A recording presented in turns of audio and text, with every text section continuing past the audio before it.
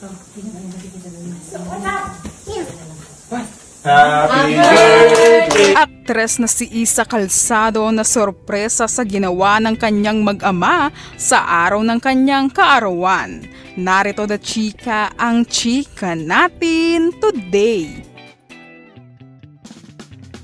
Masayang ipinagdiwang ng aktres na si Isa Calzado ang kanyang 43rd birthday kahapon ng August 12 sa isang simple ngunit puno ng pagmamahal na selebrasyon kasama ang kanyang asawa na si Ben Wintel at ang kanilang cute na anak na si Dea Hamihan. Sa mga larawan at video na ibinahagi sa Instagram, makikita ang sweet na sorpresa ng mag-ama para kay Isa. Pagpasok pa lang niya sa sala, agad siyang sinulubong ni Dea na may hawak na balloon na may nakasulat na I love you mom.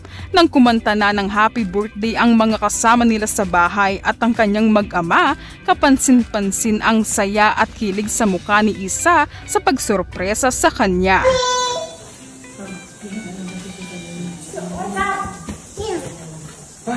Happy birthday to you. Happy birthday to you.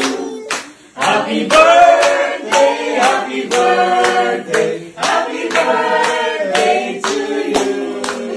Happy birthday to you. Happy birthday to you. Happy birthday, happy birthday, happy birthday to you.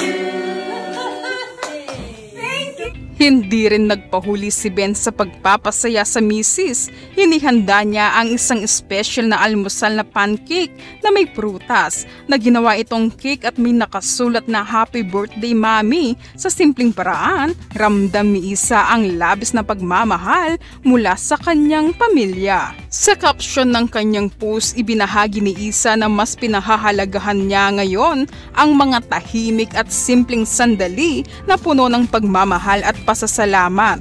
Anya, sa edad na 43, natutunan niyang hindi nasusukat sa engranding selebrasyon ang tunay na fulfillment, kundi sa mga munting bagay na nagpapasaya sa puso.